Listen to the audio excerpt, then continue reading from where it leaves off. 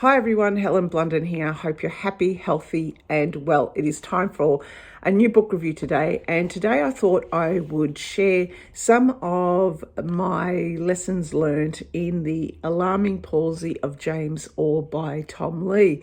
Now, I saw this book in the library and I was in between reading some big books, and I thought I really want to get into some really short like novellas just to kind of get my mind thinking of something else before I get into the next big read. Sometimes you need that.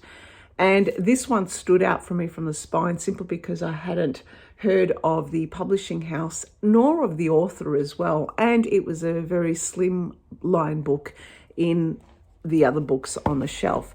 So I pulled it out and instantly borrowed it without really knowing what the book is about, nor knowing anything about the author. Now, when I read about the author, this is his debut novel, and I don't really read debut novels. I read them, but I prefer not to, and simply because I prefer reading their works after they've kind of had more practice writing, if that makes sense, and then come back to their debut novels. But I instantly was drawn into this storyline. The writing is exceptional. I loved it. There was no frills about it. It was simply a good story, well written, well said, and completely immersive. If you like Kafka, you'll probably like this book. Now, Tom Lee is a short story writer, and this, as I mentioned, is his first novel. And I was glad that I read it. And I think some of the life lessons I got out of this one is that, it's not let's not assume that people's lives are perfect. There's always something happening. They're going through some stresses. They're going through some personal turmoils, and it comes out in some way through their health and well-being, through their mannerisms, and they might be highly stressed. Okay, so this book, what is about? Well, you can understand that basically the title says it all. It is The Alarming Palsy of James Orr. So we're introduced to James Orr, who is a family man who lives in a community estate in the London burbs with his wife Sarah and his two children, Laura, who's 6 years old, and little Sammy, who's just learning how to walk.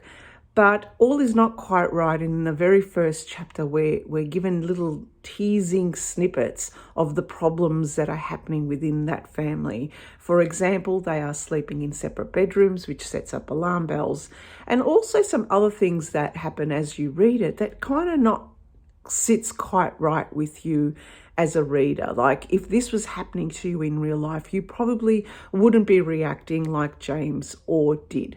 So, who was James Orr? Well, James Orr, as I mentioned, was a family man who lived in suburbia, and he was, let's just say, a community man. He was part of the committee, he headed up the committee of that community, looking after the interests of the residents who were there, and worried about the forest that used to border all their houses, and all sorts of misdeeds from young teenagers going on in the forests over there that they were trying to stamp out. And so you could see that he was doing his best, even though he didn't really want to be in the committee. But first chapter in, instantly he wakes up and half of his face has just fallen, in the sense that he had palsy. So his eyes drooping, the lips, the teeth also, and the jowls as well. His eyeball is sticking out and he's in pain as well. But he didn't really know what was happening. It's just half his face just simply dropped overnight for no reason at all. And in the very first chapter, his wife kind of meets him on the stairs and, is taken aback and says, "James, you got to look at yourself in the mirror. Something's happened." And when he looks at himself in the mirror, he's kind of like, he doesn't understand what's going on. He's not exactly shocked, but he's not exactly running for the doctor either, which is what I would have done. But what I found really strange about this book is that despite the palsy, and despite him trying to go to the doctor, and the doctor isn't really much help, because she's like, "Yeah, it's palsy, you should be right. give you some medication, and it should clear up in a few weeks. Don't worry about it. Everyone around him is actually quite calm, and they don't even mention the palsy. They don't even mention his face. So he goes on with life as per normal. So he goes to his committee meetings, and he continues life as in his family life. His children don't even think anything about his face. They just still continue on life. His wife doesn't really care. She continues on with her life as well.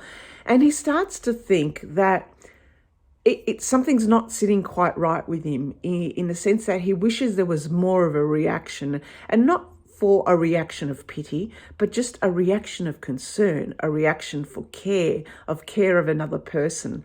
And this was really interesting for me, because in some way, as the things were happening to him throughout the entire book, and there were very different instances which I won't go into here, because this is something that you can pick up and read, or even buy off Kindle, is that it's really interesting to see that, if people are going through some kind of mental turmoil, some kind of stresses in their life, and they're keeping it inside, that these stresses then manifest themselves in other ways, in the external body.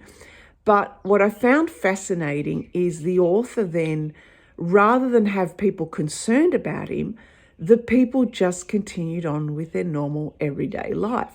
And so the novel then became something more of a dystopic, a kind of weird Peyton Place type of situation, where people just continued on being their normal, perfect selves in suburbia, and without any care, or asking James Orr whether he's okay. Now, throughout the story, he also goes into nature.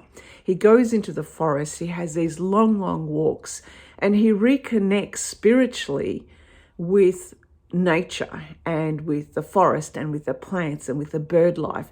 And he somehow finds more of a connection with that than what he's getting at home. And more he's compelled to go into the forest.